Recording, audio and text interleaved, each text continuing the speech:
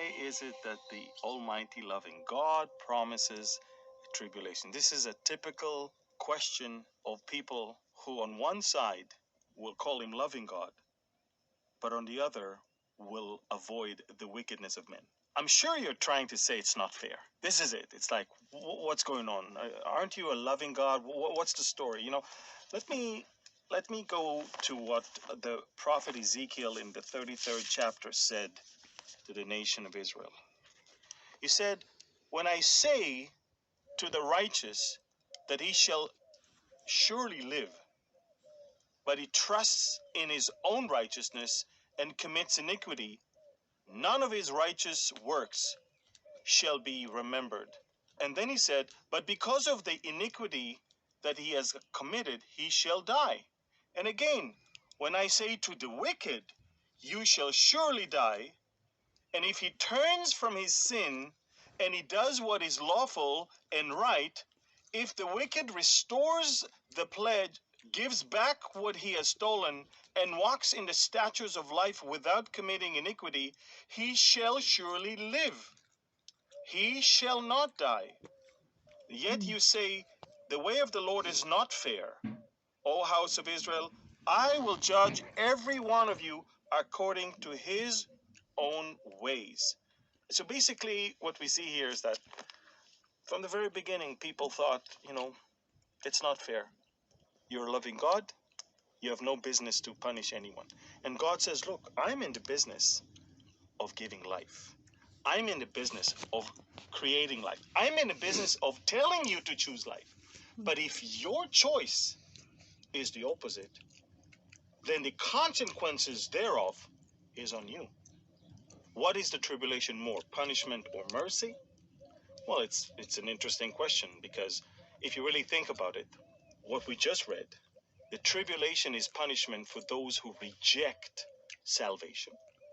The Bible says in John chapter 3, those who believe are not condemned, but those who do not believe are condemned already. Because by nature, we're sinners. By nature, we're evildoers. Sin entered the world, and so death came with it. The tribulation eventually will be after God's open doors of mercy were there for the whole world. And the world says, no, thank you. We don't believe in you. We don't need you. We don't want you. We want to live our ways. We have our determination of family. We have our determination of sex of a person. We decide what it is. We decide whether a baby should live or not. We decide what the moral values of this world, people in the world, prefer their ways over his ways. And then he says, when you do that, then the judgment is due. Every good thing can be good when there's bad things in the back.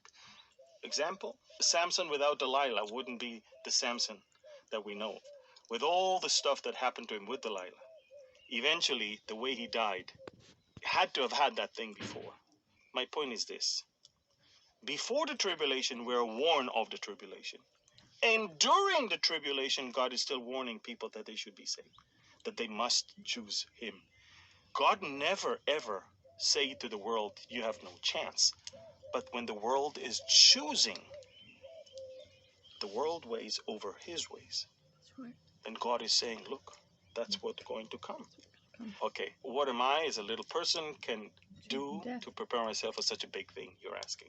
It's very easy. First of all, we have to remember, God gave us today a clear description of tomorrow, which means the knowledge today can save us from the experience of tomorrow. I would advise my children and my family, based on what I know about the end times, two things. Make sure you know the Lord and walk in his ways, and share that with everyone. Share it. Share. This is a matter of death and life. This is a matter of hope and despair. This is a matter of what we should be doing and what we should not be doing. What we should not be doing is living like in the days of Noah.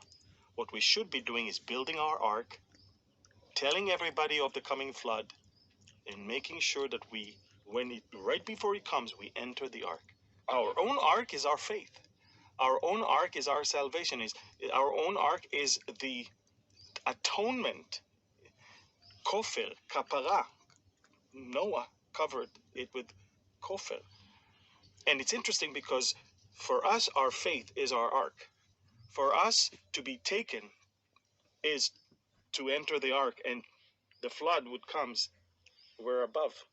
For us, we know there is a flood coming. We have a warning. We are telling people a flood is coming. But if they choose, as in the days of Noah, if they choose to ignore, if they choose not to listen, even though you tell them what's going to happen, that's it. The same Ezekiel said, we should be like watchmen. A watchman is walking up to see if the enemy is coming. And then he needs to tell the people, the enemy is coming. If he warned the people that the enemy is coming, and the enemy came and killed them, their blood is not on his hand. But if he saw the enemy coming and he never warned the people, the blood is on his hands. Here we are. We know what's coming. Here we are. We know what's next. And what are we doing? We're playing games, sensationalism. We're confusing more than we're helping. And then it's like crying wolf, wolf. And when the wolf comes, no one is ready. Because we've been there, we've done that, we've heard it before. And then everybody is not ready. And when the wolf is coming, that's it. It's too late. See, our responsibility is not only to share the truth, but the manner in which we share it. The responsibility to divide the word of truth rightly. Do not take things out of context and leave the Bible as is to interpret itself. And do not hype things just because you want to be famous, popular, get views, or get some sort of a gain from this thing. It's playing with fire, and it's playing with the life of people.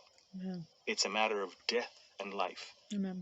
It's not a matter of likes or followers. This is exactly why I wrote this book. This book is the most evangelistic book I ever wrote, because the whole hope of the world is the gospel. But it's also in order to avoid confusion and redeem the time.